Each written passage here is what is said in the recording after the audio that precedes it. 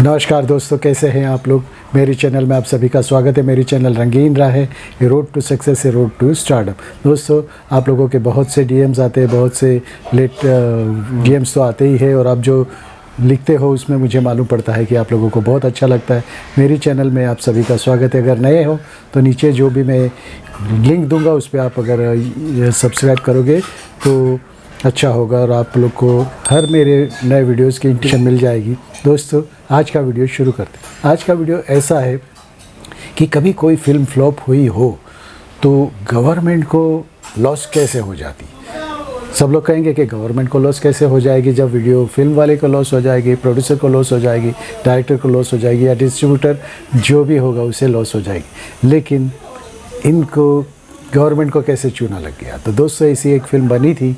उस फिल्म से प्रोड्यूसर्स को तो नुकसान हो ही गया था, फिल्म वालों को भी नुकसान हुआ था, डिस्ट्रीब्यूटर्स को भी बहुत नुकसान हुआ था। उससे गवर्नमेंट को लाखों करोड़ों का चूना लग गया था, ऐसी न्यूज़ आई थी, ऐसा हुआ भी था। दोस्तों, ये कौन सी फिल्म थी और उससे क्या हुआ था और कैसे हुआ था उसके बारे में बताऊंगा। फिल्म तो बहुत बड़ी थी, बहुत मल्टी स्टारर फिल्म थी, उसमें बहुत बड़े बड़े कलाकार थे। तो कौन सी फिल्म थी और क्या हुआ था वो बताऊंगा। रहिए मेरे साथ, आपका दोस्त, आपका होस्ट विपिन कुमार। इसी में एक फ़िल्म बनी थी, बॉलीवुड की सुपर फिल्म बोलते जिसे सुपरस्टार लोग भरे हुए थे उसमें, लेकिन सुपर डिज़ास्टर फिल्म साबित हुई थी। वो फिल्म का नाम था, आपको बता दूं, the burning train. The burning train जो बनी थी वो फिल्म में सुपर डुपर डिज़ास्टर फिल्म हुई थी। ऐसा कभी होता नहीं, क्योंकि हम उसमें इतने बड़े बड़े कलाकार थे, धर्मेंद्र थे, हेमा मालिनी जी, विनोद खन्ना थे, और बहुत से माने हुए सब कुछ बहुत कलाकार थे। कौन कौन थे वो मैं आपको बताता हूँ।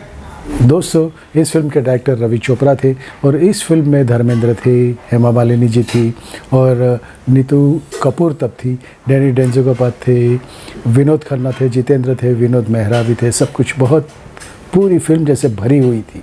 लेकिन ये फिल्म ऐसी डिज़ास्टर साबित हुई थी कि गवर्नमेंट को भी लॉस हो गया था और प्रोड्यूसर को तो हो ही गया। दोस्तों, एक दूसरी बात भी बता दूं कि इस फिल्म में अमिताभ बच्चन भी आने वाले थे।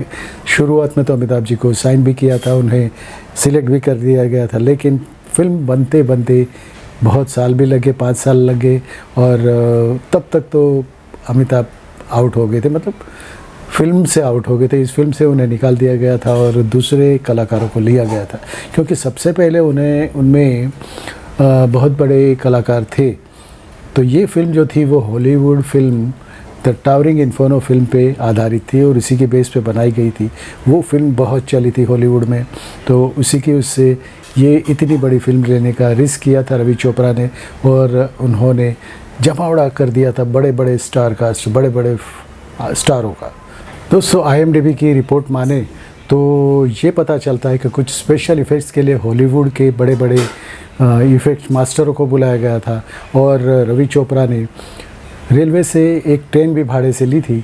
लेकिन रेलवे की प्रॉपर्टी का भी नुकसान, रेलवे की प्रॉपर्टी भी यूज़ की गई थी, और वहाँ से रवि चोपड़ा ने एक ट्रेन भी ली थी जिसका भाड़ा भी था कुछ। लेकिन रेलवे का भाड़ा तो बहुत ज़्यादा होता है, हमेशा वहाँ पे शूट करना बहुत मुश्किल होता है, क्योंकि रात में ही वो शूट किया जाता है और ट्रैक भी खाली मिलने चाहिए। तो दोस्तों, उसकी कहानी मैं बताता हूँ, क्यों फिल्म डिज़ास्टर हुई और उससे क्या नुकसान हुआ, किसको नुकसान हुआ, कितना नुकसान हुआ, कितने में फिल्म बनी, वो सब कुछ मैं बताऊँगा। दोस्तों, आगे बढ़ते हैं। दोस्तों, ये फिल्म के शूटिंग के दौरान ट्रेन में आग लग जाती है, वैसा कुछ सीन था, लेकिन इतना नुकसान पहुंच गया था उससे कि रेलवे को भी बहुत नुकसान हुआ था। जब रेलवे ने उनको नोटिस भेजा रवि चोपड़ा को, तो रवि चोपड़ा ने हर्जाना भरने से मना कर दिया और कह दिया कि हमें पहले ही नुकसान हो चुका है। ये फिल्म कुछ बननी थी 7.6 करोड़ में, उसकी बात करते हैं, वो तो ऐसे ही अनऑथराइज फिगर से मालूम पड़ता है, लेकिन उससे बहुत ज़्यादा नुकसान हो चुका था, और फिल्म ने कुछ ज़्यादा कमाया भी नहीं था। 2, 4, 5 करोड़ तक ही पहुंच गई थी वो फिल्म। पहले दिन तो बहुत अच्छी चली थी, पहले दिन का ओपनिंग बहुत अच्छा रहा था, लेकिन बाद में फिल्म ऐसी पटक गई थी कि थिएटर में पब्लिक भी नहीं जाती थी, और इतनी बड़ी फिल्म के लिए इतनी बड़ी फिल्म के लिए बहुत से थिएटर बुक किए गए थे, उसमें भी नुकसान हो गया था। तो रेलवे ने जब उनको नोटिस भेजा तो रवि चोपड़ा ने हर्जाना भरने से मनाही कर दिया और इतना बड़ा नुकसान रेलवे को जो झेलना पड़ा। उसके बाद ये भी न्यूज़ आई थी कि रेलवे और इनमें आपस में कुछ हर्जाने की वजह से फिक्स हो गया था। लेकिन इतनी बड़ी फिल्म बनाने के बाद अगर नहीं चले तो कितना नुकसान हो सकता है। फिल्म बनाने वाले को भी नुकसान हो सकता है, साथ में प्रॉपर्टी, ये सब। रेलवे को भी करोड़ों का चूना लग गया था, ऐसा कहते।